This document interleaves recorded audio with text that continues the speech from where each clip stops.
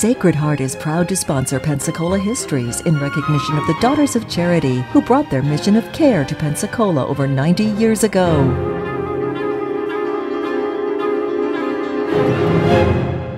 Hello and welcome to our continuing series of stories about Pensacola, North America's first place city, where in the course of our series we've been talking about chapters of great events that took place here, and also today we want to talk about one of the men who made great history here in Pensacola. And that man, of course, was General Andrew Jackson.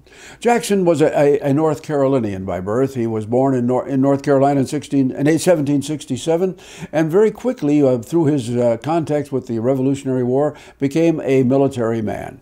He became an attorney general in his own state after studying law briefly. He moved to Tennessee in the late part of the 18th century and became, first of all, the adjutant general of that area. He became a member of Congress in 1796, a member of the Senate in 1797, and then was a judge of the Superior Court in Tennessee a little bit later on. From that point on, he became very much involved in military affairs, putting together a volunteer force, which he would be calling to service many times. In the first instance, of course, it involved Pensacola. General Jackson moved a force here in 1814 to attempt to halt a planned invasion of the South by the British in that war. And of course, Mr. Jackson was successful. He warded them off here at Pensacola and then marched on to New Orleans, where the famed Battle of New Orleans was fought in 1815. For the next few years, Mr. Jackson's political star began its rise. And of course, in 1817, he was called to action once again as he came to Florida, first of all, to put an end to a slave trading event that was taking place just a little bit to the east of Pensacola. And then, as a part of that same venture, he marched here with his small army, about 3,000 men, and literally captured the city because, in Jackson's opinion and that of some of his adjutants, the Spanish here had been aiding and abetting the slave trade, and Mr. Jackson wanted to put a stop to that. Well, of course, that little event actually triggered the final settlement between the United States and Spain, in which Spain ultimately ceded Florida, all of Florida, to the United States. Now, at that point in time, it was necessary to arrange a transfer of power.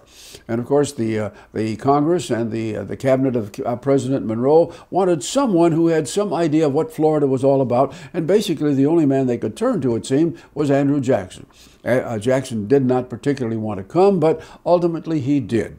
And consequently, he moved here with his force, a group of about 2 companies of infantry and a small band, along with Rachel. And they arrived here in the month of July, early July, in the year 1821. Jackson moved in. The intent was, of course, that a series of ceremonies would take place. He was to meet, first of all, with the Governor Callava, the outgoing Spanish governor, and they would set together a kind of a plan, a protocol for the change of flags. Callava, of course, did not get along well with Mr. Jackson. He didn't like him, even though he had never actually met the man, and it took several days before the two men finally reached an accord, and a date was set, and that was to be the 17th of July. And from that point forward, the ceremonies proceeded. Jackson came into the community with his infantry and with his wife. The ceremonies were conducted in Plaza Ferdinand VII, beginning about 10 o'clock on that 17th day. And as a result of that, things began now to move forward. And what Jackson did for us next was basically this. He first of all set in motion our city council. He brought with him the first city charter, which of course had been approved by the Congress. It had 8 different ordinances to it. And this established the fact that there were 10 men selected from the existing leadership of this community, men that most of the people here knew. And as Jackson spoke that day before, about 700 people gathered in the square. He listed these men and said that they were going to serve until the following April. And after that, the eligible voters of the community, all white men over age 21, would elect successors to the aldermen, or if they liked them, liked what they had been doing, they would be kept. And of course, all of this was a kind of a total surprise to the community, because virtually none of these people had ever been able to cast a ballot for anything. So that was the beginning of what Mr. Jackson did for us on that day. Secondly, he set up what we would today call the basis of our county government. And he told the entire group there that day that all of Florida, the entire area, all the way to the Keys, was being divided in half, and that the halves would represent two counties. Escambia County would run from the river on the west all the way to the Suwannee River, and the second county, St. John's, would go then from the Suwannee down to the Keys. And then he laid out the duties of the commissioners. He said that these three men are going to be in charge of building and maintaining all of the roads, bridges, and ferries. Now, if we look at that piece of real estate today, we recognize, my gracious, that must have been a terrible assignment, terrible burden to these men, particularly recognizing how difficult transportation was. But actually, to begin with, it wasn't much of a job because there were no roads, bridges, and ferries, and these three men had to begin from scratch. And for the basically the next half century, the construction of roads, the building of a few ferries, the efforts to get transportation back and forth, they would be major efforts that would be taken on by men who, of course, were successors to Mr. Jackson. Okay, the third thing Mr. Jackson did was to tell the audience that day that all of Florida was going to be in the hands of an assembly. This was a legislative assembly of 13 men, and the first 13 had been chosen by the Congress. They came from all across the territory, and they were going to meet once every year, and they were going to alternate the meetings between Pensacola and St. Augustine. They were to come together for the first time on April the 1st in 1822. And of course, there were a couple of these people who were coming from Pensacola, a couple of others from St. Augustine, and the others were sort of scattered about. And as it turned out, the first meeting was a disaster because the people just couldn't get here. One of them was killed.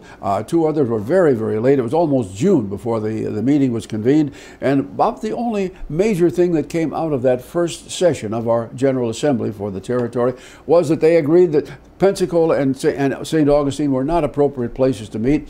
And so they authorized a kind of a unique idea.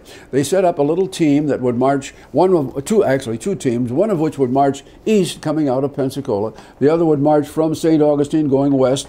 And basically where these two met was a point of convenience. And that's what they did. And ultimately, basically the idea was that they came together. And the site was basically where we have Tallahassee today. And consequently, that's why we have Tallahassee as our state capital, and within 2 years, the building of Capitol buildings and others were underway there.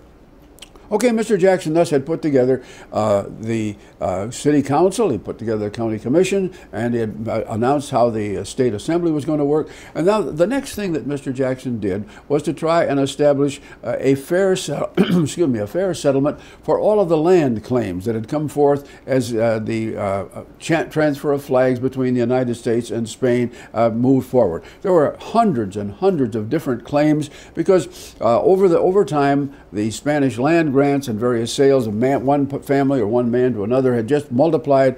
And of course, as the announcement of the change of flags came along, many people, particularly those who held property here of Spanish origin, they were concerned. They felt they wanted to get out. They just weren't sure what was going to happen. And consequently, the United States put forth an edict that all such transactions to be legal had to have ceased in the month of December of 1818. And so to take care of all of the various arguments that were going to come from that, Mr. Jackson appointed what he called land commissioners. These were basically judges working in panels of 3, and these men began their work shortly after Mr. Jackson came here as the governor, and as a result of that, they began their work, but they discovered that 3 men could not possibly handle this, and as a result, a series of commissions would follow year after year, with the last of the settlements being made as late as 1849. Next, Mr. Jackson, we think, did something that was rather unique. We're not sure of this, but we think this is what he did. He literally got on his horse and made a route around the inner area of Pensacola and established what we today have, or almost what we have today, as our boundaries. We think Mr. Jackson did that, and consequently that was one of the additional items that we credit him for. And interestingly, those boundaries remained almost exactly as they were laid out then, well into the 20th century. So we give Mr. Jackson credit for that. Now, going beyond this, of course, Jackson had to take care of all the administrative details that came from beginning a new government and taking over details and facts and records from an old government. And he and Governor Cayava did not always get along too well on this. There were several cases where there were disputes. One involving a lady named Villar, who claimed that the Spanish government had defrauded her. They had owed her money on a transaction, and the outgoing governor, would not even speak to her. So Mrs. Villar came to Andrew Jackson and pleaded with him to take action. And Mr. Jackson, of course, was a very courteous man, and so he asked Governor Cayava to look into this and bring satisfaction to the lady. And Cayava sort of stonewalled him, and so Jackson gave him a second request, which was not answered. And on the third request, he said, well, Mr. Cayava, if you do not get those papers in my hand by tomorrow afternoon, I am sending a corporal and guard to your headquarters, and we're going to arrest you and place you in your own calabozo. Well, that did get Mr. Cayava's attention, and the records were dug out of the old carton that was about ready to go on a ship, brought to Mr. Jackson, and to the governor's well, I guess we could use the word chagrin. He discovered that the facts were reversed, because instead of the Spanish government owing Mrs. Villar money, it was the other way around. She owed them a considerable sum, and that finally was taken care of. But the case remained one of considerable interest. Going beyond that, Mr. Jackson now settled down to put all of the various elements in place. He set up his headquarters in the old government house, which was right down on the waterfront. He set up an arrangement so that he began to hear people and listen to what they wanted to have as far as the government in their new community. And he also was trying to fill the key jobs that were to be part of the new operation of Florida.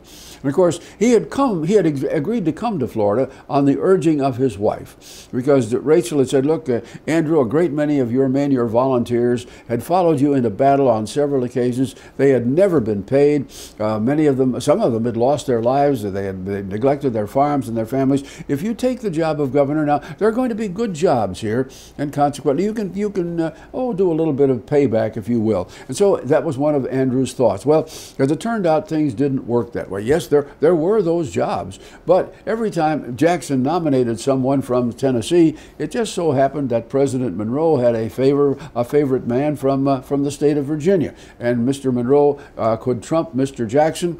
And so after a short time, Andrew recognized that this wasn't going to work at all. So at the end of about 90 days, Mr. Jackson said, well, I've done all that I could. I did what the Congress asked me to set up in Florida.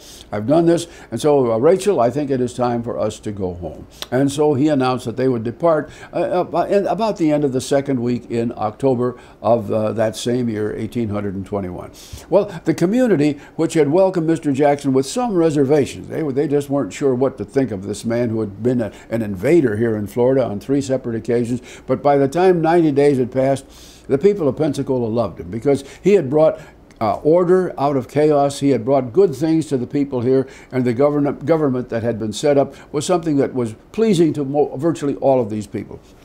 So as a going away party, the citizens here organized a big shindig in Garnier's Tavern, and just about the whole population turned out. They had a wonderful celebration, and everyone patting Jackson on the back and thanking him for what he had done. And so on the given day, then he and Rachel boarded their carriage and were going on their way back to Tennessee, where of course he would begin the long march to the presidency, and in 1828, of course, he would become our 7th president. Today we recognize Mr. Jackson in one way in particular, because there's a handsome bust of him in Plaza Ferdinand VII, looking to the away from the waterfront. That bust, by the way, we must not forget that was placed there about 25 years ago through the good offices of a man named Pete Alcott, who at that time was the marketing director for Gulf Power Company. Pete was a Jackson fan, and he was the man responsible for this. So now we have the story of Mr. Jackson, our first governor, our first territorial governor, a man of great distinction. Unfortunately, he would never return after that final departure.